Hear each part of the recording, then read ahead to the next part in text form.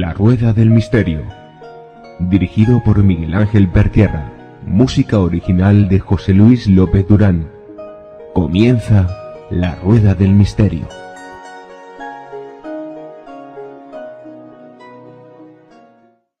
Hola amigos de La Rueda del Misterio. Gracias a la amabilidad de Albert Rosales, podéis encontrar en nuestro blog La Rueda del Misterio, blogspot.com.es, su libro en inglés La caída del telón de acero y el retorno de los humanoides. Hola amigos de La Rueda del Misterio. Gracias a la amabilidad de Rodrigo Bravo Garrido y Juan Castillo Cornejo, podréis encontrar en nuestro blog laruedadelmisterio.blogspot.com.es el libro Ufología Aeronáutica. Ya sabéis amigos, laruedadelmisterio.blogspot.com.es Ufología Aeronáutica de Rodrigo Bravo Garrido y Juan Castillo Cornejo.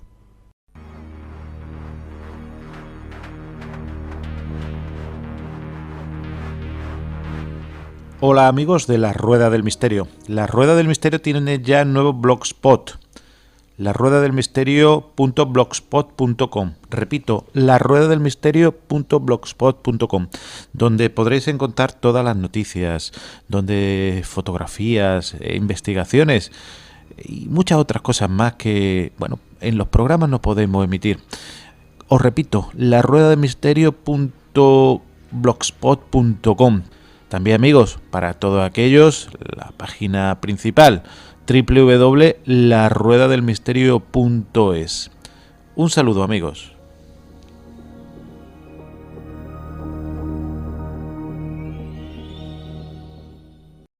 Hola amigos de La Rueda del Misterio. Hace algún tiempo, bastante, para ser sincero, nos comentaba un amigo en iVoox que a ver si podíamos hablar de esos sucesos que se cuentan en los libros, esos supuestos casos ovni, fenómenos ovni en los libros de la antigüedad, en los libros del Ramayana, el Mahabharata y otros muchos.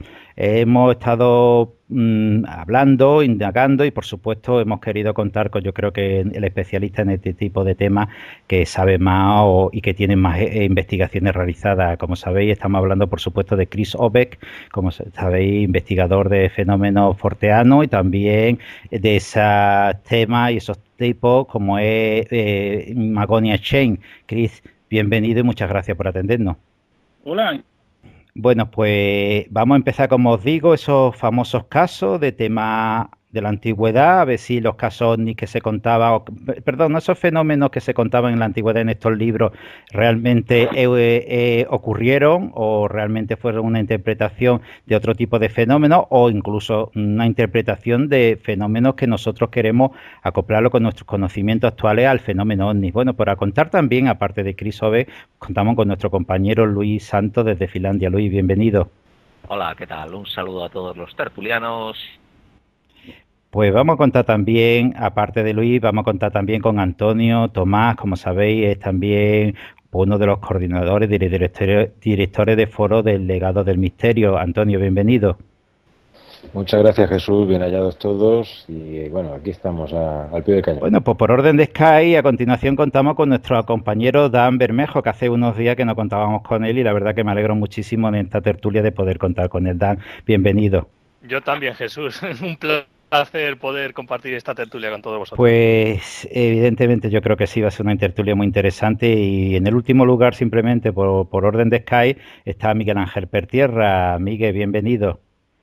Hola, muy buenas a todos los contertulios y a los oyentes de La Rueda del Misterio. Vamos a ver qué nos depara este interesante tema y bueno, también aprenderemos mucho sobre él. Bueno, pues como me decía por aquí, por el chat interno, nuestro compañero Luis Santos, que parece que estamos presentando un equipo de fútbol, no un equipo de fútbol, pero sí un montón de amigos a este respecto, que si Sky no lo permite y las líneas no lo permiten, vamos a desarrollar este caso, este tertulia bastante interesante. Y Cris, empezamos por ahí. Nos propusieron este tema en los libros antiguos. Actualmente se está hablando de que se encuentran mucha referencia a casos ovni, el caso, pues como hemos hablado, del Ramayana, Mahabharata, esa Vimana, también casos como hemos comentado un momentito antes, comentamos en las guerras precisamente entre Grecia y en este caso Persia también se comenta algún caso, pero ¿Estos casos son reales? ¿Se encuentran realmente en estos libros o muchos de ellos son ficticios?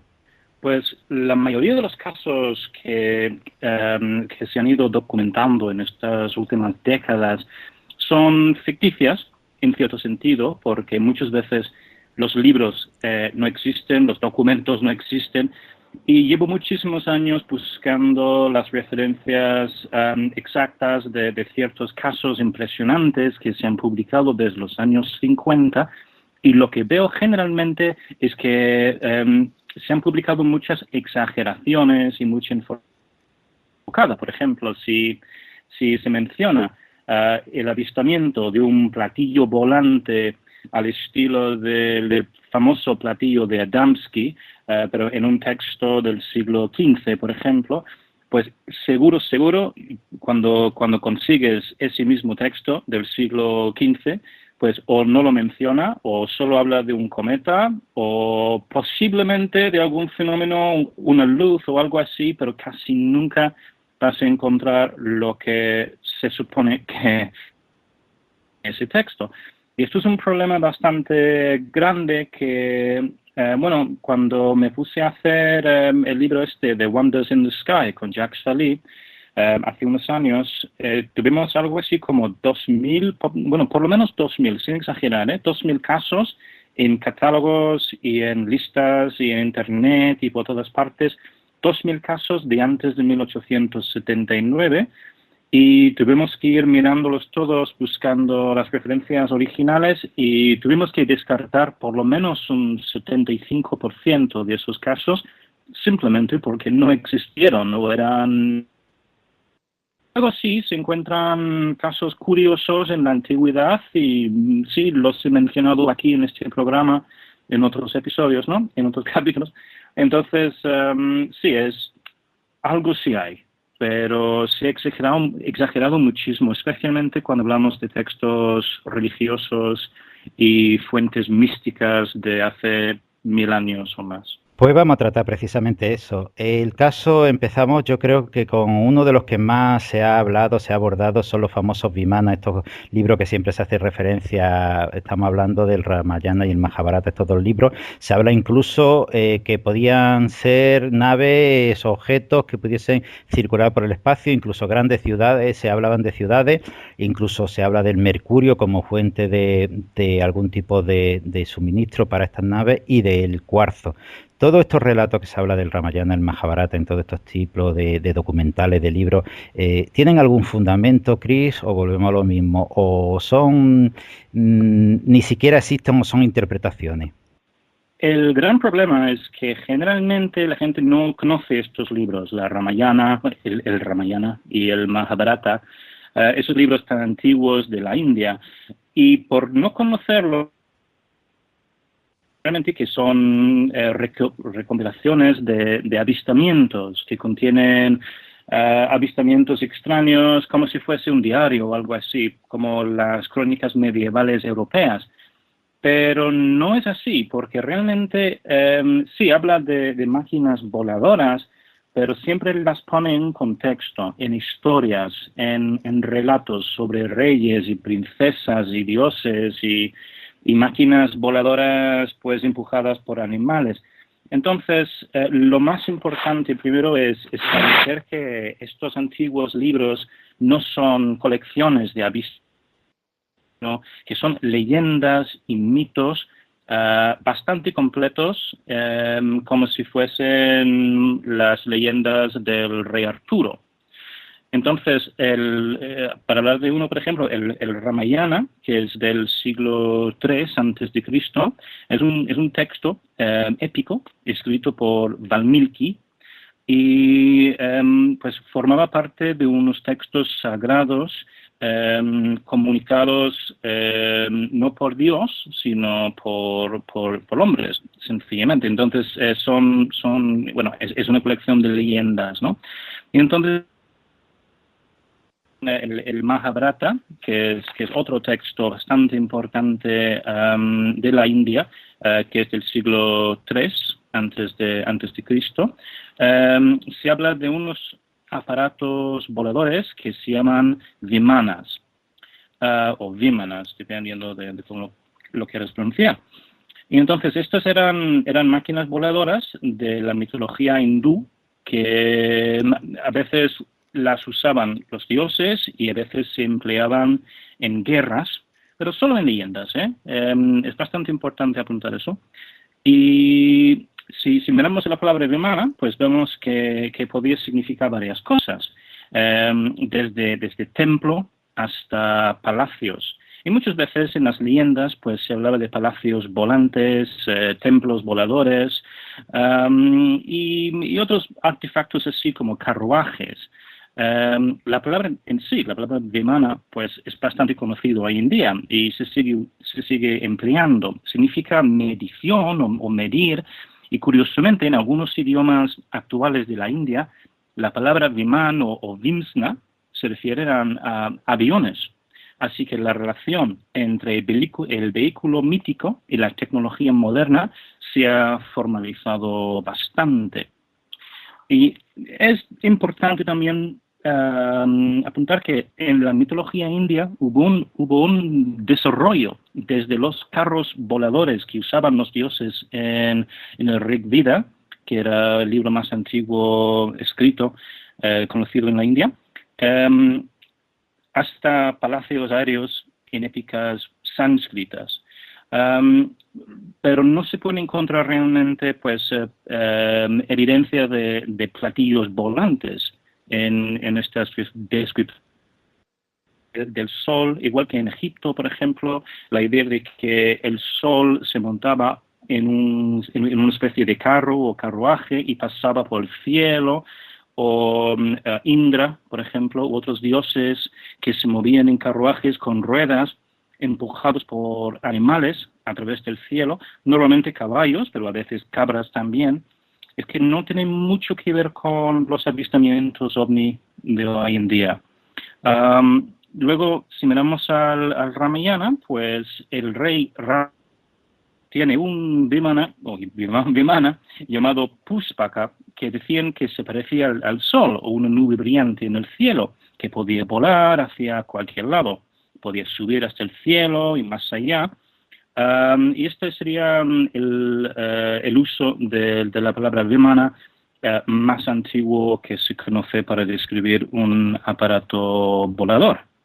Luego en el Mahabharata se habla de una Vimana gigante que tenía 4 ruedas y que se decía que lo habían creado unos seres que se llamaban Yavanas.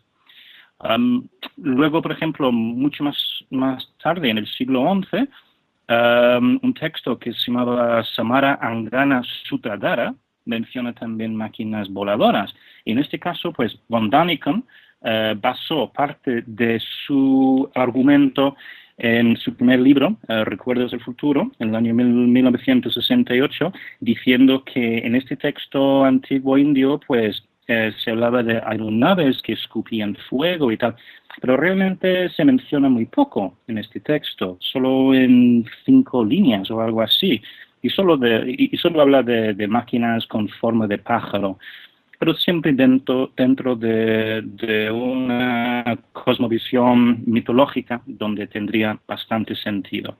Como has dicho tú muy bien, en este aspecto, Chris, eran leyendas antiguas que fueron reflejadas por escrito en la antigüedad india y tratan sobre esa guerra de los dioses una aventura, la verdad, que muy distraída, por no decir otra cosa, pero sí lo que comentas y muy bien es que eran verdaderas ciudades o incluso, como has dicho, palacios volantes, formas de ciudades, algunas en las representaciones que hay, formas de figurat o incluso de la famosa Torre de Babel. Pero esta noticia, que como tú lo has comentado actualmente, y vamos a eso también, se interpreta por von Daniken, ya sabemos todo lo que trae detrás de von Daniken, pero incluso hay documentación, o se dice que hay documentación que también es al respecto, que la India se ha tomado muy seriamente estos textos antiguos y que está intentando investigar al respecto si son verdaderos o falsos. Como decíamos, se habla de la posible mercurio como algún tipo de fuente de propulsión, o como decíamos, los cristales estos de cuarzo. Luis, en este sentido, no podríamos pensar, que ya lo hemos comentado y eso también, que este tipo de objetos supuestamente voladores de estos dioses, como lo ha apuntado Chris, no tienen que ver nada con las naves que nosotros actualmente se supone que se ven? Pues no lo sé, la verdad, porque en principio yo creo que todo es mera invención. Un cierto pozo de realidad tiene que haber. Ahora, que de ahí a que haya ciudades volantes y cosas de estas, pues no lo sé, chico, no lo veo yo muy lógico.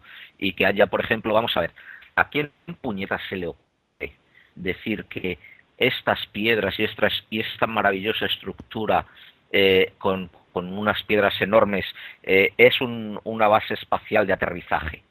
Vamos a ver, es que hay que estar pirado de la olla. Si sabían utilizar los metales y tal, y ¿por qué van a poner ahí unos pedruscos ahí para hacer una base de aterrizaje? Para empezar, ¿y por qué necesitan incluso hasta una base de aterrizaje si se quedan ahí levitando y cosas de estas? No lo sé, incluso nosotros cuando mandamos a Marte, pues llegan y se caen, rebotan con sus cositas que les amortiguan la caída y luego andan por allí tranquilamente, no necesitan un...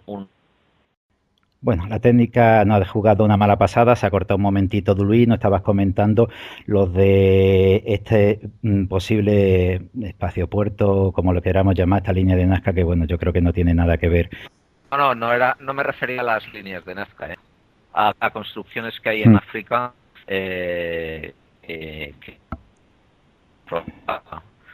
los nombres y estas cosas no tengo ni idea, se me olvidan, pero vamos, que me parece absolutamente ridículo que necesiten y que hagan a base de pedruscos una civilización que viene del espacio para que aterricen sus naves. Hay una plataforma espacial, me parece un poco ridículo, y lo que me ha recordado es la historia de Papá Noel, que me pilla aquí muy cerquita. Entonces, claro, Papá Noel vuela con sus renos y con sus historias de estas. Entonces me ha recordado mucho cuando ha comentado que había dioses que volaban con animales, con carros tirados de animales y tal. ¿Tú qué crees que hay de verdad en estas cosas y cuánto de llena? ¿Porcentajes? ¿No? Sí, la pregunta va dirigida a ti, Chris. Vale. Pues, si puedo decir solo una cosa, es que creo que gran parte de la confusión sobre los vimanas se debe a que los datos más técnicos que se han asociado con los ovnis vienen de un manuscrito llamado Vaimanika Shastra. Y aquí se habla de vimanas como pájaros de metal, menciona los sistemas de propulsión, etcétera, y el mercurio, todo eso. Lo que ocurre es que este manuscrito, que ha sido citado por muchísimos ufólogos, es falso en sí. Es que se escribió a comienzos del siglo XX, supuestamente canalizado por los espíritus a un medium llamado Pandit Subraya entre 1918 y 1923. Y se publicó por primera vez en 1959 en hindi y en inglés en 1973.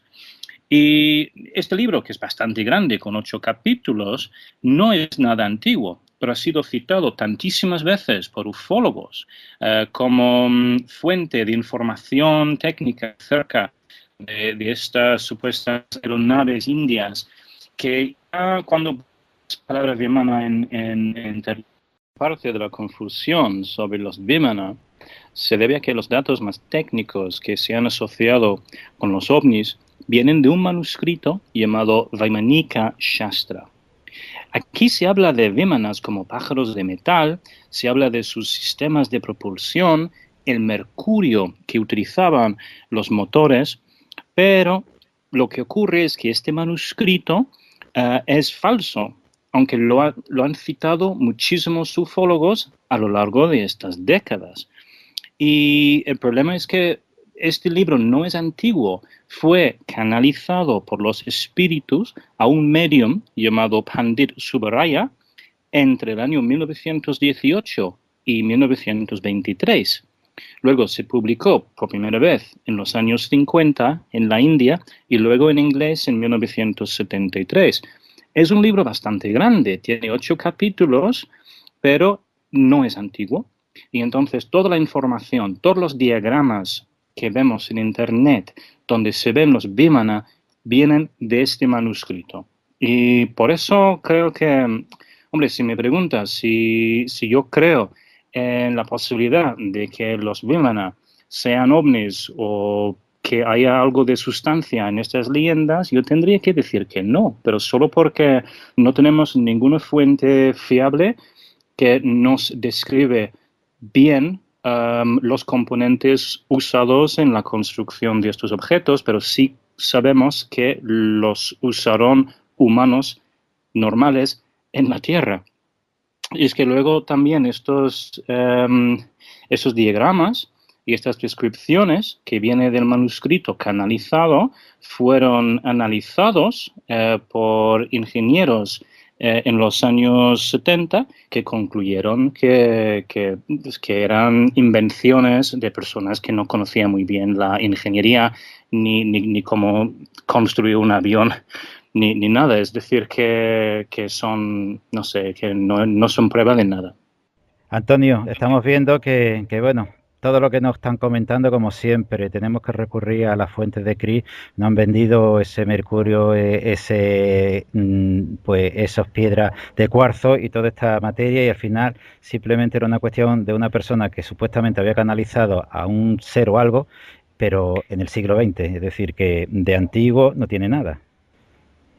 Sí, es un poco siempre la misma historia, ¿no? Alguien que tiene una imaginación un poquito desbordante y mezcla algunos datos antiguos realmente históricos con otras cosas de su invención y al final sale un producto ahí extraño que hay quien lo secunda, pues como ciertos investigadores con H y con B, ¿no? que se dedican a promocionar esto, bien sea por sacar un dinero, por publicar libros o por lo que sea. Sin embargo, dicen que cuando el río suena, agua lleva. De esta parte de estos vimanas que se publican en este libro de principios del siglo XX, vale, pero en el Mahabharata anterior, o sea, en el de verdad, en el antiguo, el que se le atribuye una edad indeterminada, ¿no hay ninguna referencia a los vimanas de verdad, Chris?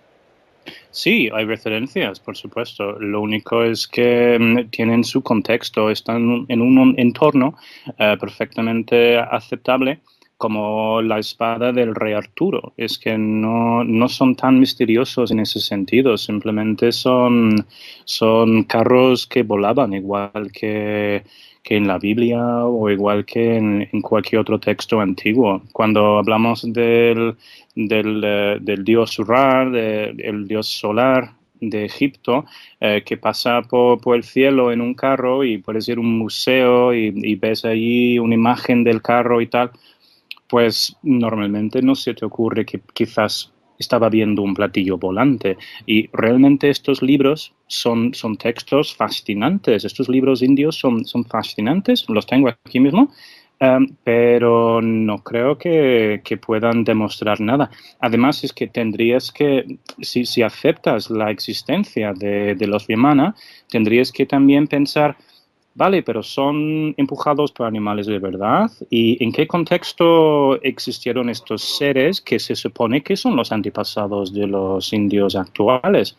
Se publicó un libro en el año 1995 que se llamaba Alien Identities, escrito por un investigador norteamericano, Richard Thompson, y lo publicaron vía Bhaktivedanta Institute, que realmente me parece que son Hare Krishna, pero han hecho libros bastante interesantes también acerca de la ciencia y la posibilidad de que los ovnis existen o existieron en la antigua India. Y él se da cuenta de que no se puede sacar los Vimana de su contexto, y él, para justificar la existencia de estas naves, pues dice, vale, sí, fueron empujados por animales que a lo mejor eran animales proyectados con una especie de cámara o lo que sea, o luces, y a lo mejor simplemente es algo que estaba de moda entre los extraterrestres en esa época, tener como coches que parecían ser arrastrados por animales. Es que lo tienes que justificar de una forma tan extraña que al final es mucho más fácil decir, bueno, simplemente eran novelas, y ya está. Dan, eso me parece que es lo que sucede, que son novelas como las que tú escribes de ciencia ficción, y si hace dentro de 1000 años alguien lee tu novela de ciencia ficción, la última que has realizado, pues dice que la Tierra ha sido invadida por extraterrestres, pero por lo que nos está contando Chris, era la imaginación de las personas de aquella época que de alguna forma lo llevaban a poner a los dioses eso con palacios voladores y con animales arrastrando las cosas, que era el conocimiento que tenían en ese aspecto. ¿No podría ser eso más bien que todo lo que nos están vendiendo últimamente? Bueno, Jesús, tiene toda la pinta que sí, que sean, pues eso, ciencia ficción antigua. Pero yo voy a ser un poco la oveja negra y no voy a estar de acuerdo con lo que habéis dicho anteriormente, ni con Chris. Y sí que me quedo con algo que ha dicho Antonio Tomás, que es que cuando el ruido suena, pues es que algo lleva. Y entonces sí, yo creo que os estáis quedando con lo literal, o sea, con lo de, bueno, pues se habla de ciudades voladoras, de que esto, bueno, pues de animales voladores, pero yo creo que no estáis pensando un poco en la interpretación, o sea, que jugamos un poco con la interpretación de la gente de ese momento. Tú en esas épocas ves cosas de esas así un poco extrañas y tú lo interpretas a tu forma de ver o sea, el pensamiento de la época del hombre que lo está viendo. En esa época, pues que se veían animales, o sea, ¿qué es lo que tenía más cercano? Los animales, el ganado y cosas de esas, las luces, los soles. Entonces yo creo que hay que tener cuidado. No estamos allí para ver lo que pasó realmente. Ese es el problema. No podemos decir si sí o si no. ¿Tiene toda la pinta de ser leyendas, Jesús? Sí, pero ¿qué son las leyendas también? ¿De qué nos hablan las leyendas? Las leyendas igual hablan de cosas, es una forma de contar, la tradición oral, de contar cosas que se sucedieron y que no se saben explicar. Yo creo que no se puede tachar, en este sentido estoy un poquito de desacuerdo con Chris, tachar de que todo es falso. Hombre, hay casos falsos sí que nos has hablado de cosas de que se suponía que eran antiguas y resulta que no son antiguas y se escribieron hace 2 días. Pero bueno, las cosas de que se hablan un poquito así en plan de leyendas, pues yo creo que hay que jugar un poco con la interpretación. Y lo que quería preguntarle a Chris, ya que tengo la oportunidad de tenerla aquí, es de poner esas cosas que también he oído de respecto a los vimanas, de que se hablaba también de batallas y de grandes explosiones y tal, incluso algo parecido a las armas nucleares de la época actual. De esto de Chris, ¿qué es lo que tienes tú por ahí? Yo solo, bueno, de vez en cuando he leído sobre esto y el debate sobre si realmente es posible que vieron algo o no, pero es que de nuevo, ¿para qué pensar que sí? ¿Para qué pensar que sí solo porque lo encontramos en lo que realmente es una novela? Es muy difícil llegar a la conclusión de que realmente ocurrió algo si no tenemos ninguna prueba en absoluto, solo algunas descripciones entre muchísimas otras descripciones bastante absurdas sobre caballos voladores y no sé qué. Exactamente por qué vamos a creer que hubo una guerra nuclear o una explosión nuclear cuando carecemos completamente de pruebas de ello. Es que yo no veo el sentido de interpretarlo de esta manera solo porque nos da la gana, cuando realmente ¿qué significa eso? Que tenemos que interpretar también todo el resto de estos manuscritos y como Richard Thompson, pues meterlo todo de alguna manera en una cosmovisión que puede tener sentido, decorado por animales voladores y cosas así. Es que yo personalmente no veo el sentido en buscar indicios de algo en un texto que tiene muchísimas interpretaciones, tiene muchísimos años de edad. Lo veo muy difícil. Pero bueno, quién sabe, a lo mejor algún día se encontrará algún indicio de que ha habido una guerra nuclear en esa época. De todos modos, estamos hablando de textos de 3 siglos antes de Cristo. Obviamente no hubo una guerra nuclear entonces, así que ¿de qué estamos hablando? ¿De algo que ocurrió hace 40.000 años, hace 1.000.000 de años, lo veo muy difícil, porque entonces, ¿cómo ha sobrevivido esta historia hasta hoy en día? ¿Cómo se comunicó entonces a Valmiki, que simplemente era un escriba del siglo III? No sé, yo personalmente lo veo muy difícil. Lo único es que sí, que podría, que a lo mejor algún día encontramos algún indicio de que ha habido civilizaciones avanzadas en esta tierra en el pasado. Pero bueno, no sé, no creo que lo vayamos a encontrar en estos libros antiguos del hinduismo. Lo que sí. ¿No crees, Chris, que la tradición oral e incluso un poco se haya ido transformando, se haya ido de alguna forma corrompiendo o transformando en algo y luego es lo que hayan recogido en estos textos o hayan recogido estas personas y realmente lo que realmente se decía en esas tradiciones orales no tiene nada que ver luego con lo que se escribió, por ejemplo? Entonces, estamos diciendo que no tenemos ninguna novela ni ninguna ficción de la antigüedad porque probablemente era todo non-fiction, eran todos ensayos hasta nuestra época cuando nos hemos puesto a escribir ficción también. Es que no tiene ningún sentido. Aparte de que la información no se transmite tan bien oralmente a lo largo de ni 100 años ni 200 años, pero estamos hablando de cantidades de años súper extremas, porque como no existe ningún indicio de que haya habido una guerra nuclear en la India en los últimos 10.000 años, porque ya se habría detectado obviamente, estamos hablando de la transmisión oral de historias, de noticias, a lo largo de muchísimas generaciones. Es que no es posible. Además del hecho de que estas naves, los Vimana, es que se ve el desarrollo desde unos carros simples en los libros más antiguos hasta en épocas posteriores, pues empezaron a usar esta palabra para describir templos y palacios voladores. Es decir, que se ve el desarrollo aquí del mito. No es como si en los libros más antiguos se encontrasen indicios de algo más avanzado, una tecnología más avanzada. En los escritos más antiguos se encuentran descripciones muy sencillas. Son los escritos posteriores que empiezan a hablar de palacios voladores y objetos así. Entonces yo creo que solo por el hecho de que se detecta la evolución de la historia, se puede ver perfectamente que esto es ficción. Es que pasa lo mismo, por ejemplo, cuando hablo a veces del gran dios marciano de Tassili, que se puso muy famoso en los años 50, 60, 70 y luego incluso Benítez habló de eso en uno de sus libros y tal.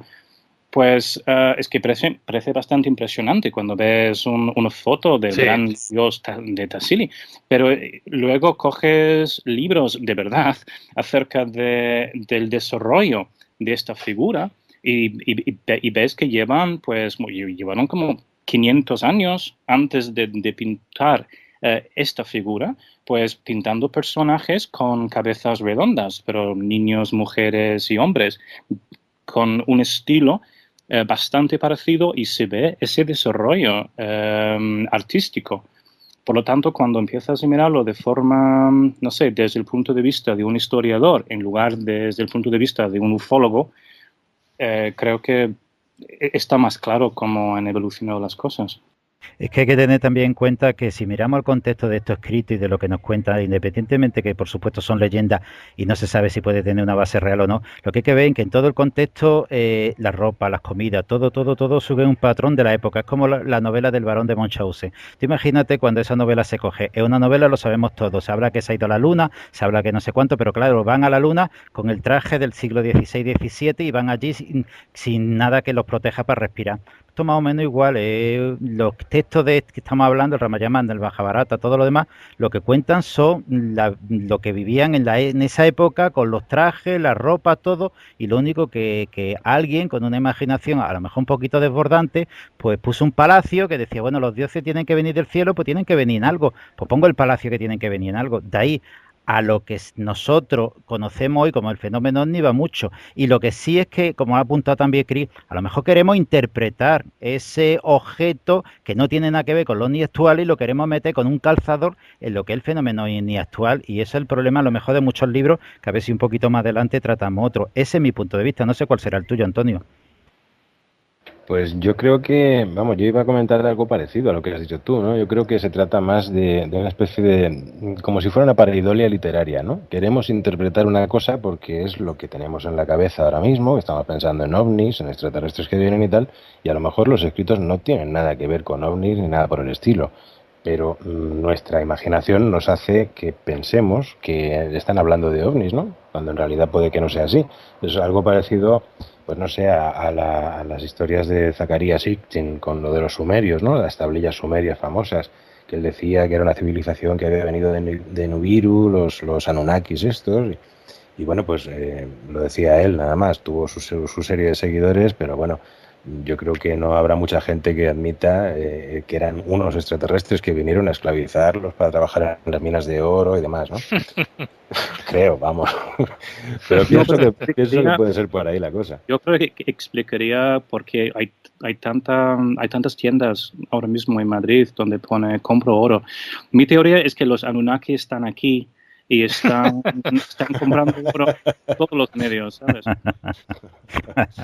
Bueno, muy buena, Chris. La verdad que la historia esto de los Anunnaki, como decía muy bien Antonio, yo creo que Zacarías Sitchin es el único que sabía interpretar estas tablillas de esta forma, que contó esta historia de esta forma, porque los demás historiadores en absoluto están contando esta historia de este tipo. Estamos hablando, Luis, se ha podido recuperar, hemos podido recuperar nuestro compañero Luis, estamos hablando que a lo mejor estos libros que estamos comentando de la India están dentro de un contexto todo, la ropa, la comida, todo, y simplemente es una elucubración a lo mejor de un señor que tenía una imaginación más desbordante que representaba que los dioses tenían que venir del cielo y le metía algo que con un palacio, porque evidentemente tenían que vivir muy bien y llegaban a la tierra en ese palacio, pero en la época actual intentamos interpretar con lo que tenemos nosotros nuestros conocimientos, pero no realmente con la mentalidad ni como fue escrito en la época de la India, ¿no?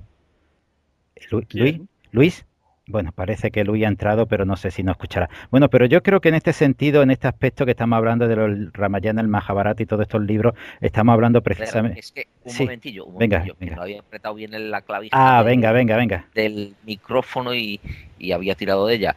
No, que sí, que me parece una idea interesante porque realmente lo que hacemos es reinterpretar lo que se escribió en su día. Entonces alguien escribió algo, lo que fuese, los libros que fuesen, de historia, de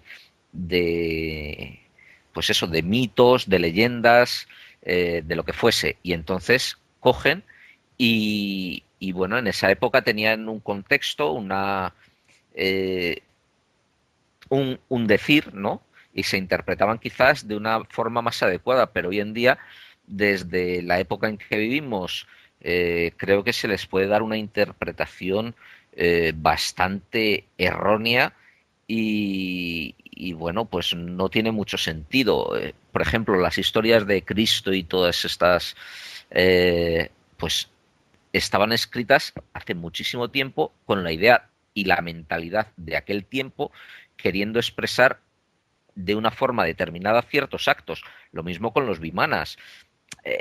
No tenemos que tomar literalmente hablando las cosas que se puedan leer, y como Chris ha dicho, joder, si encima hay textos que son falsos, gente que los exagera, gente que los manipula consciente o inconscientemente para sacar un beneficio, o pues bueno, pues jopele, leche, ¿qué nos queda realmente?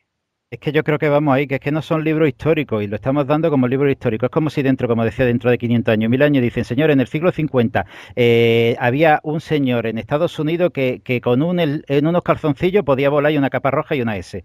Y decimos todo ahora, jolín, eso es Superman y eso es un rollo, pero claro, dentro de 500 o 1000 años, o de época que sea, la mentalidad es distinta. Yo creo que es que tendríamos que distinguir eso, Cris. Me gustaría preguntarte, es que no son libros históricos. Yo creo que es que se le están dando a muchos de estos libros, Luis también lo ha apuntado ahora, que si nos da tiempo hablaremos también otros libros como el de Enoch y otros libros que se le están dando una interpretación histórica y que de histórico no tienen nada, eran una leyenda de algo novelado, ¿no?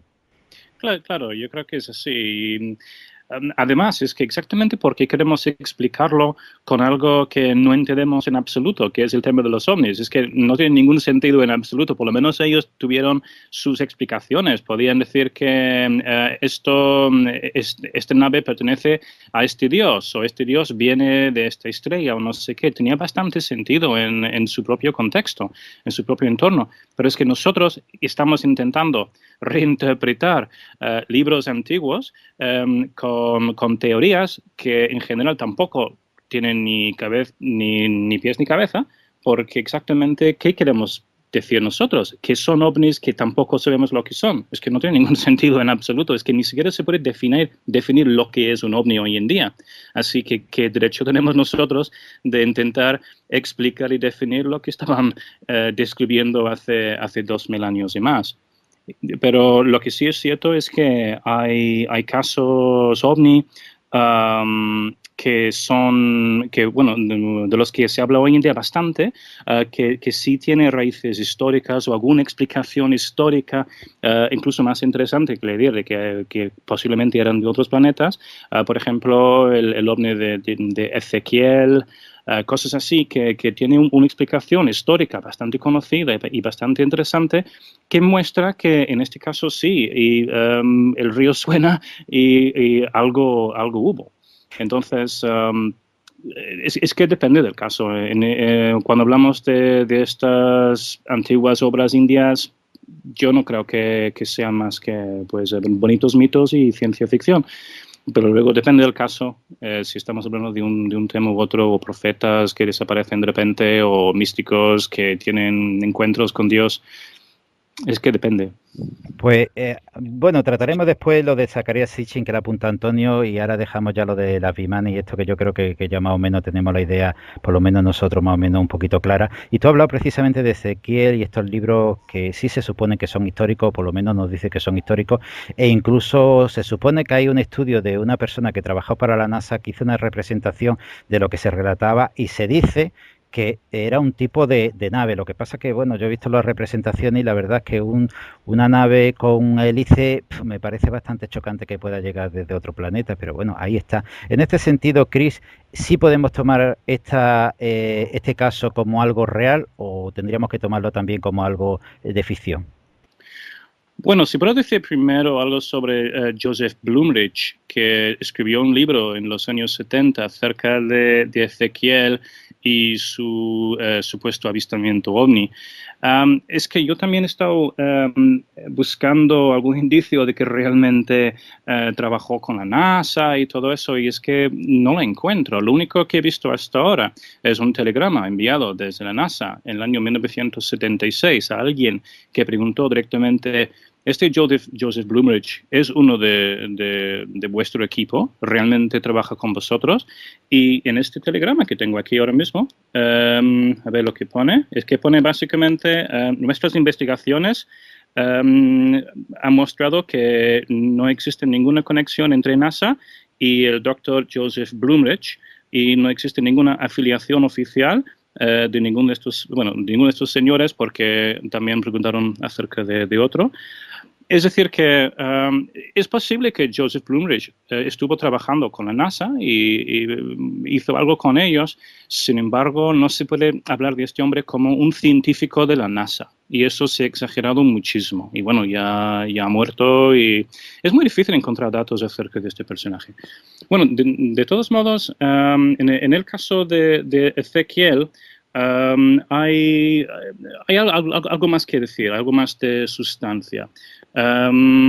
Es importante recordar que la visión de Ezequiel aparece en un contexto histórico bastante particular. La visión en sí, la visión que relata Ezequiel, da sentido a la experiencia mística de este profeta, porque en aquel momento el pueblo judío permanecía en exilio y cautivo en Babilonia. Además, los israelitas habían asistido a la destrucción de Jerusalén.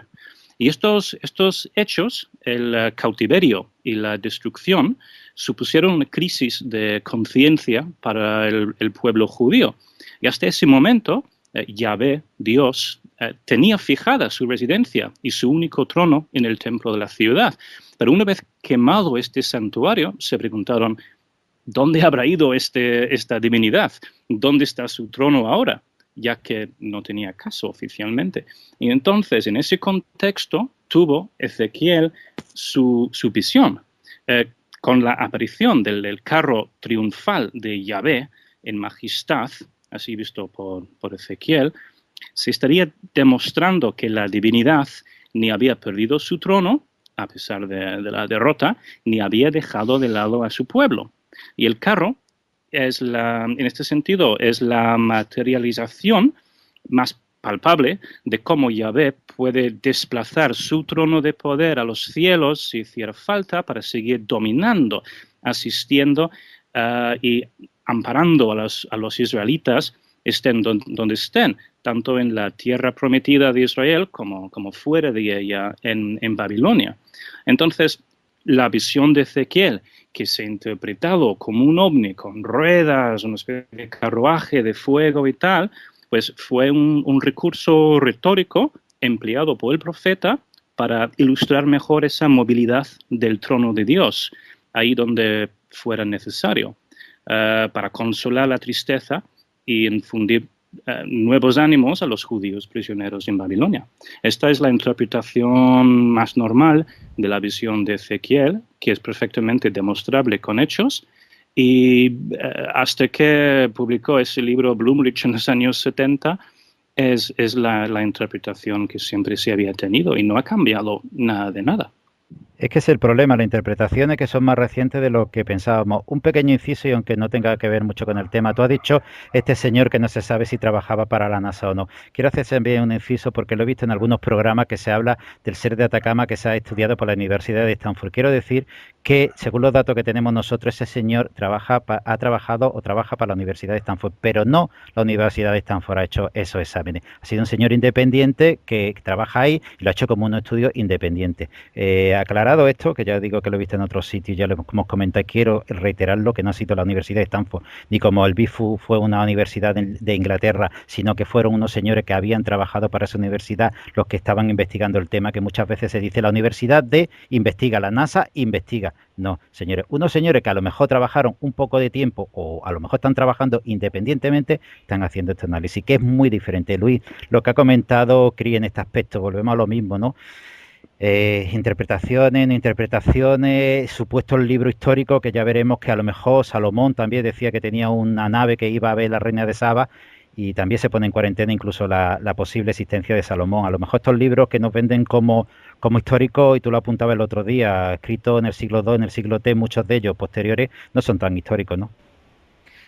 Claro, si es que además en la antigüedad yo creo que la historia no se narraba tal y como sucedía, sino que más bien se narraba de forma, pues dándole unas ciertas florituras, unos ciertos encantos a las cosas y digamos que no existía la televisión, no existía la radio, no existía el entretenimiento. Entonces, estas historias, estas leyendas, pues yo creo que hacían una especie de sustituto de estas cosas y servían no solo para contar las epopeyas que pasaban la gente, sus dirigentes y sus mandatarios y tal, y las historias de su pueblo, sino que también eran una parte de entretenimiento. Entonces, pues bueno, claro, si cuentas... Vamos a ver, por ejemplo, me voy a ir aquí cerca con el Kalevala. ¿El Kalevala qué es?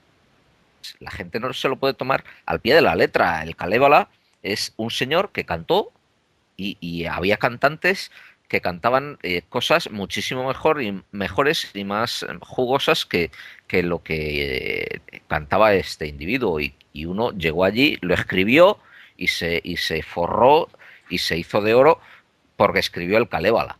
No, solamente escribió lo que uno cantaba, un chamán cantaba y ya está. O sea, y lo que escribía él y lo que cantaba, pues será lo que se le venía a la cabeza en un estado de meditación en mitad de una fiesta, después de haberse tomado unas cervecillas, supongo. O sea que realmente no se pueden poner cosas y luego después descontextualizarlas e interpretarlas con la visión que tenemos hoy. Y como muy bien ha apuntado Chris, joder, la barbaridad de interpretar estas cosas con cosas que no tenemos ni la más remota idea de lo que son, como pueden ser los fenómenos aéreos estos desconocidos. Pues que los queramos llamar ovnis o lo que sea. Porque eso de que existen cacharros metálicos y tal, pues yo siempre que se les van cayendo los tornillos en Roswell y por ahí. Hombre, algo habrá habido, vale, pero que no lo sé, lo pongo muy en cuarentena todas estas cosas. Bueno, hablaremos dentro de poco, o hablaremos a lo mejor cuando escuchéis esto, ya lo habéis escuchado, el caso Varginha, que también es un caso de un estrellamiento en Brasil parecido. Pero centrándonos en este tema, yo creo que a lo mejor, y estamos apuntándonos, a lo mejor le estamos dando mucho valor a ciertos libros que no son históricos y le estamos dando una valoración histórica. Tú lo has apuntado también en las leyendas, y también hay que tener en cuenta que el pueblo israelí durante casi 100 años fue llevado a Babilonia y se impregnaron mucho de la cultura babilónica, y de hecho Gilgamesh, tenemos allí la historia de Gilgamesh, el diluvio, que después los israelitas probablemente cogieron esta historia y la interpretaron a su gusto para sus dioses o para su dios, para lo que sea, y tenemos que ir por ese sentido.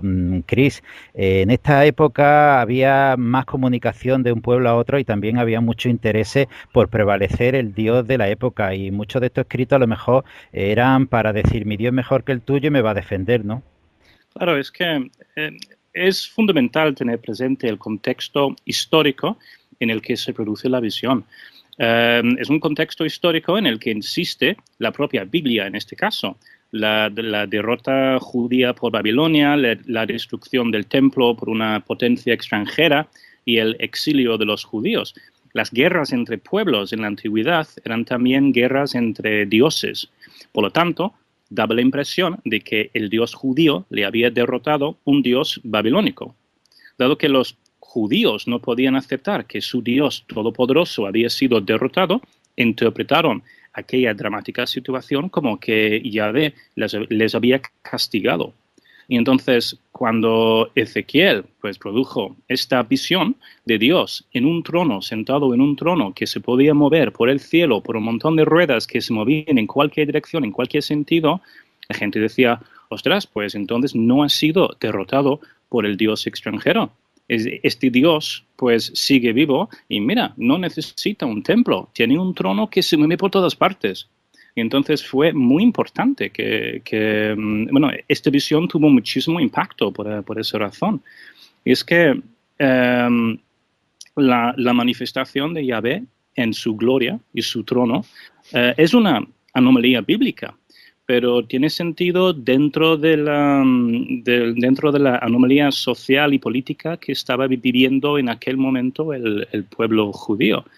Era una señal inusual para que los judíos volvieran a recuperar la esperanza y pudieran dar sentido a la desgracia que acabaron de vivir y seguir viviendo.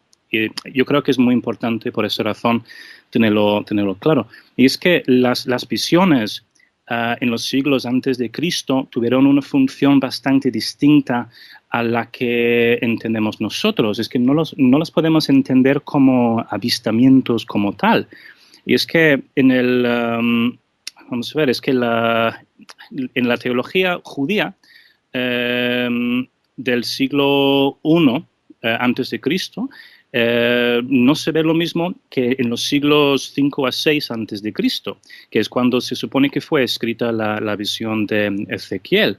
En el siglo 5 antes de Cristo, las visiones de Yahvé eran mensajes político-religiosos de la divinidad hacia el conjunto de la comunidad y sus gobernantes. No se interpretaban en clave personal, como se interpretaría un avistamiento ovni hoy en día, sino que Ezequiel era un portavoz de Dios para todo el pueblo. Pero luego, en el siglo I a.C. y en posteriores siglos, las visiones de Yahvé se interpretan en clave individual, como caminos personales hacia el conocimiento de verdades superiores. Solo unos cuantos podían verlas y tenían que preparar y entrenarse para verlas. Entonces, hay que entender un poco esta actitud hacia las visiones en la época de Ezequiel, que eran visiones para todo el pueblo a la vez. La verdad es que, Antonio, yo creo que Cris ha puesto el dedo sobre la llaga, ¿no? No podía haber, si nos quieren decir que el Dios único es el Dios del pueblo de Israel, no puede haber un Dios que ha perdido evidentemente contra otros dioses, y tienen que contarnos la historia como siempre nos las cuentan. Los vencedores cuentan su versión, habría que escuchar las versiones de otro tipo. En este sentido creo que ha puesto muy bien Cris el dedo sobre la llaga, ¿no?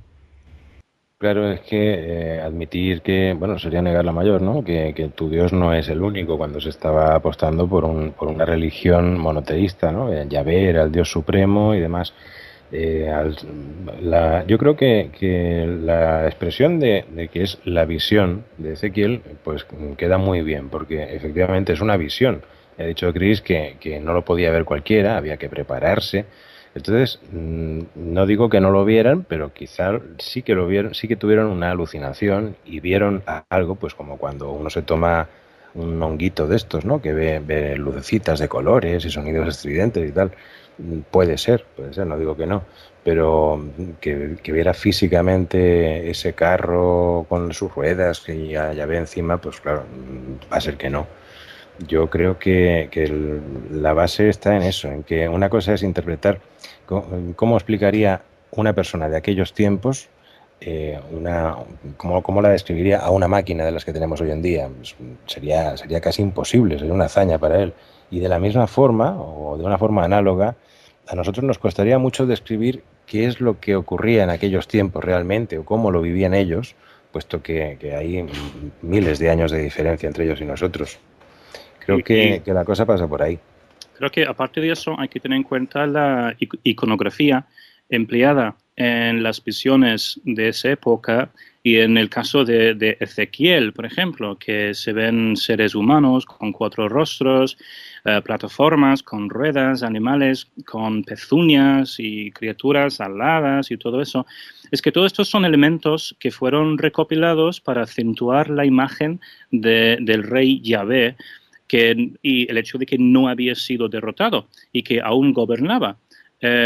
Porque en la visión de Ezequiel, estas imágenes pues vienen directamente del arte actual, el arte contemporáneo, quiero decir, de esa época, de Babilonia. Es decir, que es como si Yahvé hubiera escogido ciertos símbolos, incluso de los enemigos, para mostrar que él puede con todo eso y que le apoya incluso los dioses extranjeros. Es que se encuentran en muchos libros y en Internet también, me parece, pues imágenes de lo que se supone que vio Ezequiel comparadas con imágenes tomadas en el Museo Británico, por ejemplo, y se ve se ve todo eso perfectamente, que hay un paralelismo importante entre los símbolos que mete Ezequiel allí en este supuesto ovni, con las imágenes artísticas de la época. Entonces es que realmente no queda casi nada no explicado en este caso. Solo hay que buscar las raíces históricas. Claro, pero eso suponiendo, estamos hablando sobre la base de que sea un libro histórico, ¿no? Que Ezequiel realmente existiera y que Ezequiel tuviera esa visión, pero quedaría en una visión. Otra cosa distinta sería si si la historia de Ezequiel es cierta, también podría serlo la de Jonás. Y de la de Jonás ya no fue una visión, fue una desaparición bajo las aguas, y luego relata que estuvo dentro de la panza de un pez, que podría ser un OSNI, ¿no? En vez de un objeto volador, un objeto submarino no identificado, que también se habla de ellos. Sí, pero yo creo que es un caso bastante aislado, porque la última vez que escuché un caso de un ser, un humano como uno de nosotros, tragado por un OVNI, creo que no, ¿eh? Es decir, que estamos allí reinterpretando historias antiguas de una forma en la que ni siquiera ocurren hoy. Es que por eso me desespero tanto en este campo, ¿sabes? Es que no sé para qué estamos hablando de eventos en la antigüedad que tienen muy poco que ver con casos actuales. ¿Con qué estamos comparándolos exactamente? Pues con nada, supongo, no sé. Con algo que pensamos que podría ocurrir, pero no sé, no conozco ningún caso parecido a la historia de Oanes. Bueno, sí, el comentártelo era por la diferencia entre lo que es una visión simplemente, que es el caso de Ezequiel, o un hecho, una vivencia personal, como podría ser el caso de Jonás, ¿no? Serían cosas distintas. Y esto hablando desde el punto de vista de que fueran reales estas escrituras, claro. Yeah. Lo que sí me parece interesante es que Joseph Blumlich no era el primero en pensar acerca de la visión de Ezequiel como si fuese de una nave de algún tipo. Porque es que esta información prácticamente no se conocía aquí, ni en inglés tampoco, pero es que en 1902, un año antes del famoso vuelo del avión pilotado por los hermanos Wright, otra aeronave voló en la pequeña ciudad tejana de Pittsburgh, en los Estados Unidos, y se llamaba la Ezekiel Airship, la aeronave de Ezequiel. Y en aquella ocasión, su inventor era un sacerdote, curiosamente. Era un reverendo Burrell Cannon, quien murió en el año 1923, que era sacerdote baptista, un mecánico y operador de un aserradero. Cannon estaba obsesionado con la idea de crear un vehículo para volar y consideró que Dios le había dado esta tarea como su misión en la vida. Naturalmente, buscó su inspiración en la Biblia, porque era sacerdote, y allí en las páginas del libro de Ezequiel, donde exactamente Blumlich encontró indicios de que podría ser un ovni, pues este sacerdote encontró el diseño para una aeronave. Entonces, pues se puso a crearlo, a montarlo, y inventó una máquina bastante pilotable, y hoy en día, pues, está en un museo. Entonces, no es decir que creó una pieza de tecnología súper avanzada a base del libro de Ezequiel, pero es interesante ver que no somos los primeros en reinterpretar las historias bíblicas como eventos reales y de allí posiblemente sacar un diseño nuevo para, en el caso de Blumlich, no sé, lo que hizo, una especie de cohete o lo que sea, o nave espacial. Y en 1902, pues una aeronave sencilla que podía volar un poco y lo hizo sobre la ciudad de Pittsburgh. Entonces, pues eso me parece interesante. Cuando tienes esa perspectiva histórica, ves que simplemente vamos repitiendo los mismos errores que nuestros antepasados posiblemente, pero está bien ver que nos inspiran las mismas cosas, los mismos libros. Sí, la verdad es que ha habido reinterpretaciones de libros que han creado religiones mucho más recientes y cuando uno mira esas reinterpretaciones se asombra un poquito. Pero Dan, yo sé que tu idea, y lo has comentado, es a lo mejor un poquito distinta. ¿Cuál sería tu opinión al respecto de lo que estamos comentando? Bueno, yo discrepo de todo lo que estáis hablando, pero antes de empezar a hablar, me gustaría comentar con el tema este que habéis estado hablando de Yahvé y de los casos reinterpretados y tal. Me ha venido a la memoria, no sé si habréis visto hace poco la película de J.J. Abrams, Star Trek en la oscuridad, que bueno, una película de ciencia ficción para pasar el rato y tal. Y en la película al principio hay un comienzo que a mí me hizo bastante gracia, porque es que bueno, los protagonistas van a un planeta en el que los habitantes son primitivos, o sea, son bastante primitivos, como podían ser las tribus de estas épocas. Y ellos van a intervenir, los de la nave, los del Enterprise, van a intervenir porque hay un volcán que va a entrar en erupción y va a destruir a esta raza, vamos a destruir a esta civilización. Pero ellos tienen la orden de que no pueden intervenir en estos casos, no dejarse ver, porque podían manipular la evolución de estas inteligencias. pero al final deciden intervenir, tienen la nave metida en el agua, bueno, y sale y estos primitivos la ven, tenían sus deidades y sus leyendas, y a raíz de ver el diseño de la nave del Enterprise empiezan a dibujar en el suelo de arena pues el diseño de la nave y adorándole como un dios. Esto es ciencia ficción, bueno, esto está muy bien, es divertido, pero yo a raíz de esto me hace pensar en la casualidad, porque vosotros, y no sé, igual vosotros o la mayoría de la gente cree que todo tiene un sentido, que bueno, que por ejemplo los que apuestan por lo de la teoría de los alienígenas ancestrales y todo esto, de que vienen, no sé qué, pero ¿y si todo es motivo de la casualidad, de un encuentro casual, o sea, de un paso casual, o no tiene por qué ser directamente de que hayan bajado unas civilizaciones extraterrestres, hayan bajado, se hayan presentado, no, una casualidad de que hayan pasado, de que ellos ni siquiera tengan en mente entrar en contacto con nosotros, y simplemente con esa visión, que algo que no se puede explicar, es cuando empiezan a cambiar estas cosas. Yo creo que, no sé, yo sigo apostando porque algo raro hay en todo esto. Igual que sospecho, por ejemplo, de algo que no tiene nada que ver con lo de antigüedad, sino algo más cercano, y es, por ejemplo, lo de las luces de Fátima. Yo sospecho que ahí hay algo extraño que se interpreta. Lo primero que pillamos, que en este caso es la religión, pero, señores, yo no sé si estamos en lo cierto de interpretarlo en la religión y a ver si va a ser otra cosa. Entonces, ¿quién tiene la verdad absoluta? ¿Quién dice esto es verdad y esto es falso? Yo creo que nadie. Yo creo que hay que tener cuidado con decidir que todo es falso o que todo es mentira, porque no se sabe realmente lo que pasa.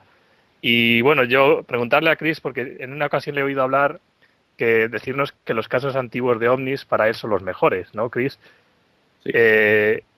¿Nos podías hablar de algún caso en la antigüedad que realmente tú sospeches de que haya algo de verdad, por lo menos en el fenómeno, aunque sea un fenómeno aeroespacial, en la antigüedad, y que no sea nada falso?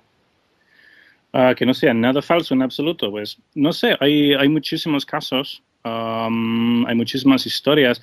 Lo que estoy haciendo ahora es un libro bastante bueno sobre, bueno, digo bueno porque es que es una colaboración entre yo y un científico, que no es Jacques Vallée en este caso, es alguien muy activo, muy analítico, y estamos mirando a todos los mejores casos que encontramos en todos los archivos de mi grupo Magonia Exchange. Y entonces, pues, estamos encontrando indicios de anomalías de verdad que se han visto desde varios puntos a la vez, que muestran señales de estar lanzando chispas o lanzando algo, voy a decir energía, aunque odio esta palabra, pero bueno, voy a decir energías, algo que está teniendo algún impacto en el entorno donde ocurre. Entonces, sí, hay casos interesantes. Es que si me preguntas por uno ahora mismo, pues no tengo ninguna aquí traducido para contártelo, pero sí, hay casos interesantes y posibles. Lo único también es que es muy importante distinguir de nuevo entre lo que es el folclore y lo que son avistamientos recopilados por personas normales, porque de nuevo en el libro de Pasaporte a Magonia de Jacques Vallée, que lo empezó todo prácticamente en cuanto a la reinterpretación de las antiguas historias como indicios de ovnis y tal, pues cuando mezclas duendes con brujas, con vírgenes, con la religión, con no sé qué y no sé cuánto, pues es que de verdad se lía. Incluso si ha habido visitantes de Venus o algo así, pues es que se lía todo cuando mezclas tantos conceptos y creencias. Así que lo importante es buscar historias completamente aisladas, de hechos, de testigos que realmente ni siquiera tienen una interpretación de lo que están viendo, ni política, ni religiosa, ni nada. Así que si la pregunta es si realmente creo que ha habido algo, pues sí, hay casos muy interesantes. Pero si me preguntas si tengo uno encima ahora mismo, pues no. Pero bueno, si quieres otro día os cuento alguno. Genial, genial, sí, sí. Sí, yo Por lo creo. menos para saber que todo no es mentira ni todo es No, no, falso. ya precisamente Crino ha contado otros casos de otros documentados de otros casos, pero en el momento estamos tratando esos casos de esos documentos, esos libros más antiguos. Crino ha contado otros casos más recientes que están documentados y que por lo menos están documentados, como decimos, y se toman como documento histórico. Lo que sí me gustaría preguntarle a Luis, Luis, estamos hablando como ha dicho Dan, no podemos realmente decir si todo es verdad, todo es mentira, evidentemente no estábamos nosotros allí, no. La idea que tenemos que apunta que no son libros históricos y como tal es difícil de interpretarlo, pero también es difícil de interpretar que cuando se hacen estas representaciones de estos supuestos objetos ovni, son modelos muy poco aerodinámicos, porque eso, un palacio en el espacio, pues de verdad aerodinámicamente muy complicado. Lo que se supone que este señor de la NASA, como digo yo, con 4 hélices y parecía casi una torre ahí, pues muy poco aerodinámico. Y yo también me hace pensar que si se están utilizando, como ahora que estamos viendo, objetos que pueden ser más aerodinámicos, este tipo de comunicados que estaban en aquella época en estos supuestos libros históricos, a la hora de moverse en el espacio, lo tenían muy complicado, ¿no? Bueno, yo ahí, Dan pone por el chat interno que no tienen por qué ser aerodinámicos, pero yo estoy de acuerdo con él. Vamos a ver, si tú tienes, como se supone, un chorrocientos de energía, si tú puedes moverte como te dé la gana, si tú tienes un cachirulo que es un palacio flotante, pues mira, tío, a ti que te importa la aerodinámica, es que te la pasas por ahí. O sea, tú tienes un sistema de energía que está basado en el mercurio o lo que sea, o en el yuyu que se hayan inventado, ¿no? Pues arrancándole el corazón a unas vírgenes y cosas de estas. Pues vale, pues ya está, ¡hala! Y aquello funciona fantásticamente. Bueno, pues me parece muy bien. ¿Para qué vas a coger y utilizar ahí unos motorcitos con hélices y qué te va a importar a ti la aerodinámica, hombre? Y además, otra cosa, si son naves interestelares, intergalácticas y súper no sé qué, pues entonces no sé yo si en el espacio exterior la aerodinamicidad de una nave puede tener un sentido o no. Yo más bien diría que no. Lo que pasa, Luis, Entonces, perdona, entonces, ¿por qué han involucionado? Porque ahora sí se habla de modelos muy aerodinámicos. Entonces, estamos hablando de hace 2000, 3000 años que tenían esa capacidad de mover objetos con que eso requiere más energía. De alguna forma, ahora son objetos que tienen una aerodinámica para que se desarrolle menos energía. ¿Cómo no lo interpretamos esto? ¿tú has visto Pero, algún pero cachirulo? Jesús, ¿Tú has ahora visto dices algún de los... cachirulo ahora que sea aerodinámico de Hombre, estos? los casos que cuentan actualmente sí, casi todos son muy aerodinámicos.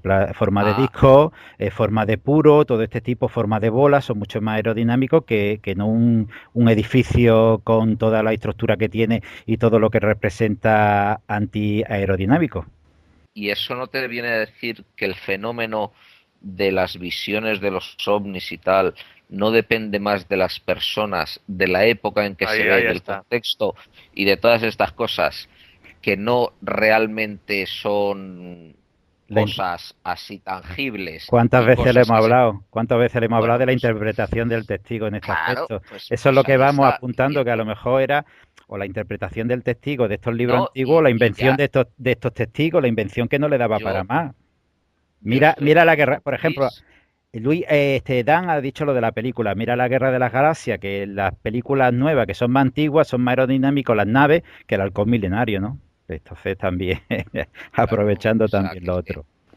van pues para un lado, para el otro, y entonces pues es de lo que la gente lo que ve, lo que oye, y todos están, bueno, y como sabemos, la hipnosis pues tampoco te lleva a ningún sitio. Por mucho que hipnotices a una persona, pues no le vas a sacar la verdad necesariamente, y le puedes inducir pensamientos y recuerdos. O sea que realmente, y yo más bien creo que estos papeles o escritos antiguos, leyendas antiguas, pues eso, son luchas entre dioses, mi dios tiene que volar, mi dios es superior al tuyo y cosas de estas. Y no hay que darle mayor importancia. Hombre, ya me gustaría a mí coger y empezar a construir un Vimana y todas estas cosas, pero la verdad es que ni se me ha pasado por la imaginación porque no creo que fuese a buen puerto aquello. Pues ya ves, tú que le metes a mano todo, si no se te ha imaginado, pues la verdad es que Claro. es complicado. Antonio, en este respecto que le estamos hablando de esto de esta interpretación o esta visión que hemos hablado muchas veces, si el fenómeno se adapta al testigo o el testigo se adapta al fenómeno, estamos hablando de eso, de que había representaciones tomándonos al pie de la letra más o menos, creyendo que pueden ser estos libros históricos. No son objetos muy raros, por no decir otra cosa. La verdad es que sí, pero es que tenemos que pensar eso, que habría que ponerse en el contexto histórico en el que se relata el hecho, ¿no? Cuando empezó el tema de Roswell y demás, alguien dijo por casualidad platillo volador y entonces todo el mundo veía platillos voladores. Después ya con el paso de los años ya hay otros tipos de ovnis, ya no son platillos voladores, ya son unos tienen forma de puro, otros no sé cómo, van cambiando, pero van cambiando yo creo que un poco por las modas y porque la gente cuando ve algo extraño en realidad no está identificando lo que ve, ¿no? Algo conoces, pero no estás identificando lo que estás viendo. Entonces, bueno, en estos escritos antiguos, pues es lo que decía antes, imagínate algo, ve algo o ve algo físicamente y él tiende a interpretarlo en base a lo que él conoce. Luego eso es lo que es el plasma en un libro, no lo que ha visto, sino lo que él interpreta. Entonces arrancamos ya de una interpretación en el texto y luego ese texto va pasando de mano en mano y cada uno le va queriendo dar una explicación a su manera, hasta que llegamos a hoy en día que los Vimanas eran ovnis fabulosos que venían del planeta, yo que sé, de Ganímedes o no sé dónde, a hacer guerras nucleares aquí en la Tierra. Claro, es un poquito esto, ¿no? Que tampoco hay que sacar los pies del tiesto y tratar de ponerse en la mentalidad del primero que relató ese hecho. Sí. Lo que hay un caso muy curioso y me gustaría preguntarle ya casi como para ir terminando, porque nos estamos yendo como siempre de tiempo.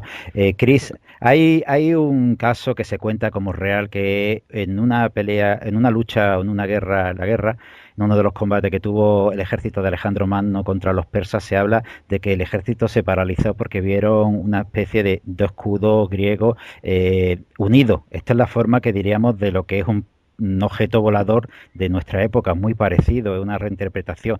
Pero ¿este texto tiene un fundamento histórico o también es un fundamento o una interpretación mucho más reciente de lo que pensamos? Tendría que buscarlo, pero lo único que te puedo decir es que durante estos años hemos estado buscando casos relacionados con, has dicho Alejandro Magno, ¿no? Sí, Alejandro Magno en una de las batallas precisamente... con él. Tenemos dos problemas. Primero, hay miles y miles y miles de cosas escritas y manuscritos y tal. Pero aparte de eso, como están todos en el mismo archivo, se hacen búsquedas bastante bien, como si fuese Google. Aunque no te puedo decir exactamente cuál es el caso que estás escribiendo, porque hay muchísimos casos relacionados con este personaje, no hemos encontrado ningún caso real relacionado con Alejandro Magno, así que probablemente lo que estás contando no es un caso real. Aparte de eso, te puedo contar que un italiano que se llamaba, creo que era Alberto Fenoglio, en los años 60 es el responsable de inventar la mayoría de los casos relacionados con Alejandro Magno para una revista italiana. Entonces, prácticamente todos los casos conocidos de ovnis relacionados con este personaje histórico son obra del mismo italiano llamado Fenoglio, que ha inventado muchísimos casos que aparecen en muchísimos libros, hasta en Pasaporte a Magonia. Entonces, así que en general te puedo decir que no hay ningún caso real relacionado con este hombre, con Alejandro Magno, y aparte de eso, probablemente lo que estás contando viene de una revista italiana. Sí, la verdad es que este señor tenía que vender los artículos, yo he leído varios artículos y bueno, tenía que hacer su columna semanal, mensual o lo que sea, y tenía que vender, como lo dices tú muy bien, se inventaba cada trola, que bueno, Sí, eso para la es... revista Clippy Books. Sí, sí, yo he leído cada trola del individuo Cada este. trola. Bueno, también hay otros escritores y otros autores que se inventan trolas más recientemente, no que ya a los años 60 ni 70. Bueno, pues para ir finalizando, hemos estado hablando de estos casos, estos libros, bueno, por supuesto hemos dejado también a Zacarías Sitchin, porque yo creo que casi tiene un programa aparte, esas supuestas interpretaciones y esos Anunnaki y toda esa historia. Pero para ir terminando, me gustaría, Luis, saber tu interpretación, tu idea, que es lo que hemos estado hablando, y más sobre lo que nos hemos contado, Chris, bueno, que tantos libros que nos dicen que son antiguos son mucho más recientes y muchos ni existen, ¿no? Sí, y que la gente pues está ahí. Hoy en día existe una gran información, es fácil distorsionar la información real, exagerarla. Como bien se acaba de comentar, hay gente que tiene que escribir una columna en un periódico y tiene que rellenar, tiene que llamar la atención y cada vez pues el llamar la atención se pone más y más complicado. Entonces tienes que recurrir a este tipo de artilugios, a este tipo de artefactos eh, y a este tipo de barbaridades como es profanar la historia y los libros antiguos e inventar nuevos. Entonces, bueno, pues es una forma de un modus vivendi de ciertos personajes y ahí está. ¿Que haya algo de realidad? Pues sí, yo no me cabe la menor duda que algo puede haber, pero ahí está el trabajo de Chris, que lo que es, desgraciadamente, desmitificar todo este tipo de cosas y dejarlos a estos individuos en pañales, por no decir ni tan siquiera les deja eso. Y bueno, pues ahí está el maravilloso trabajo que hace tanto él como su equipo, ¿no? Yo creo que sí, porque más vale que sepamos la realidad y que no vivamos en un cuento de fantasía, por lo menos esa es la idea que tenemos nosotros y por eso hacemos este tipo de programas. Porque Antonio, volvemos a lo mismo, si no tiene un enemigo te lo crea, eso lo hemos tratado recientemente en algunos programas sobre la guerra de Irak, si no hay armas no la creamos, es decir, que el ser humano suele tender hacia eso, ¿no? Cuando le interesa, si tengo un Dios que me lo tiran por tierra, bueno, pues me creo algo que tengo que ponerlo por encima, ¿no? Sí, es que, bueno, pues lamentablemente el egoísmo, la avaricia y el ansia de poder es una condición humana. Entonces, bueno, por unos medios o por otros hay que prevalecer, hay que estar por encima de los demás, hay que de alguna forma tener el control o, bueno, en estos casos que estamos hablando de supuestos manuscritos que luego se demuestra que son falsos. ¿Por qué se crean? Pues porque alguien quiere comer y le da igual engañar a la gente o no engañarla. Se inventa una historia, la vende como si fuera real y es pues una novelucha de ciencia ficción o una gran novela de ciencia ficción, pero al fin y al cabo no pasa de ahí, ¿no? Aunque lo esté vendiendo como una realidad. Es una pena porque esto no ayuda a que se esclarezcan estos temas tan intrincados, tan misteriosos y que yo creo que sería muy importante, ¿no? Poderlo resolver. Pero bueno, desgraciadamente es lo que hay. Y como además ha apuntado Luis antes, la información circula tan rápido hoy en día, con internet, con los teléfonos, con todo, pues es muy fácil montar un bulo. Entonces, un bulo empieza por una pequeña noticia en una paginita de nada, el otro la copia, la pasa al otro lado y empieza a multiplicarse como si fueran virus, y al final, en 2 horas, todo el mundo sabe que se ha visto un ovni en el 7º piso de la avenida Orihuela en Alicante. Y resulta que eso lo ha inventado pues un graciosillo, que eso no busca nada, pero ha lanzado el bulo y ya está. Y es la bola de nieve que va rodando, ¿no? Y al final ya los extraterrestres que se han quedado a vivir en ese 7º piso. Bueno, cosas así es lo que está pasando. En fin, es muy difícil, pero habría que buscar la forma de limpiar el grano de la paja. Sí, o como ese ADN extraterrestre, que también fue un bulo, como esa triple cadena de ADN, que el que sepa un poco de biología nada más que tiene que saber que es que las cadenas de ADN van en pares, 2, 2. Es decir, que si me dicen 4, vale, pero 3 es, bueno, es que el que lo está contando es que sabe tan poco que, bueno, hay que reírse por no decir otra cosa, aunque después te lo venden como realidad. Dan, evidentemente, y está el libro ahí de Wonder in the Sky, como decía muy bien Chris, que es un libro fabuloso, yo lo he pedido leer y la verdad es que me encantó. Hay casos reales, pero nos está contando Chris que muchos de los libros que nos contaban como que era de la antigüedad son mucho más recientes de lo que pensamos, ¿no?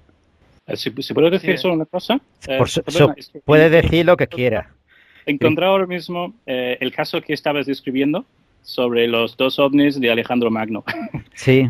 Y un miembro nuestro que se llama Yanis Delianes, pues se puso a buscar las raíces de esta historia hace unos 3 o 4 años para el grupo.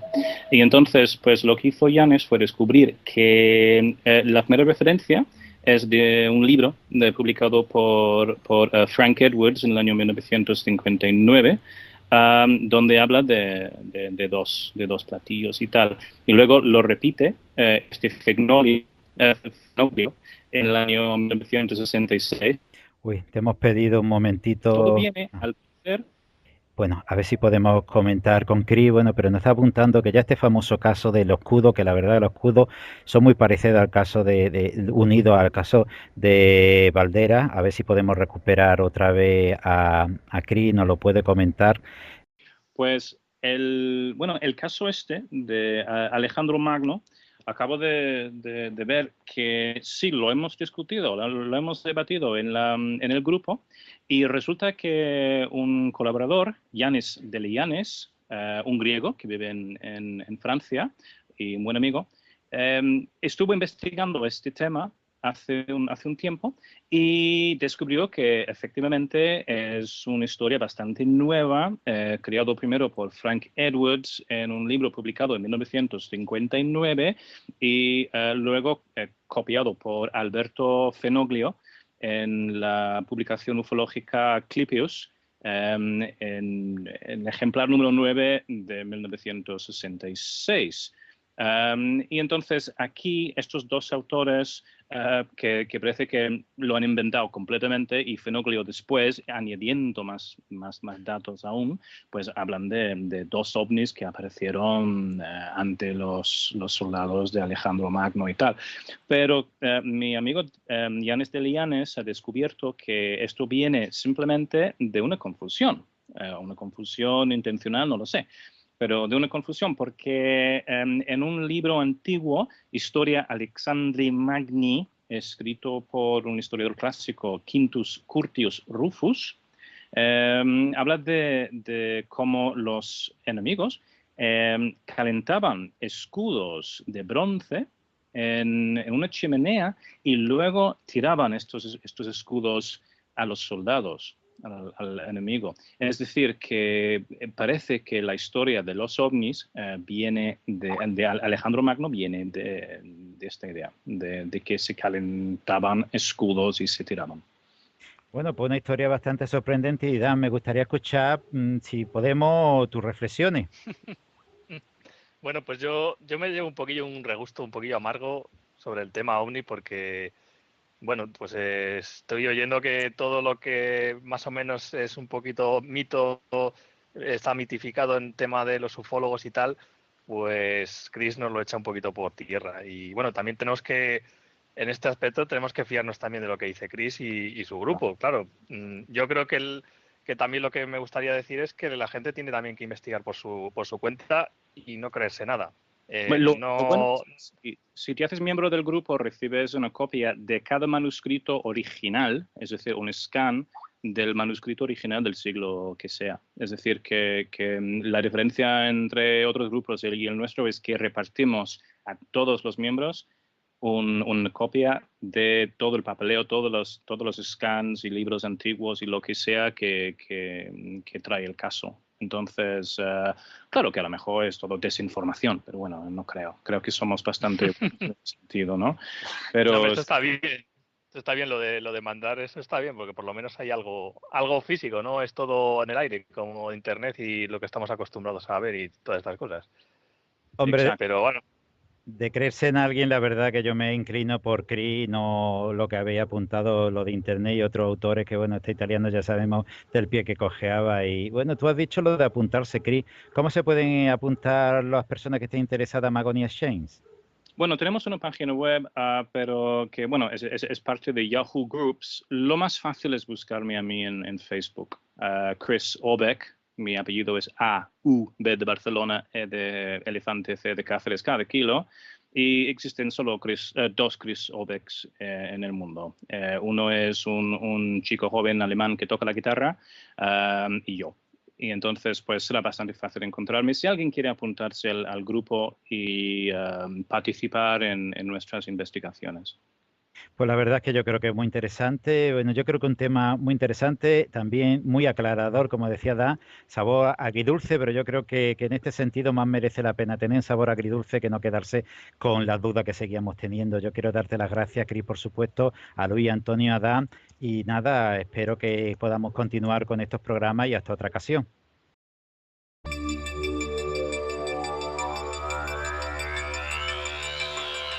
Han escuchado La Rueda del Misterio. Pueden visitarnos en www.laruedadelmisterio.es.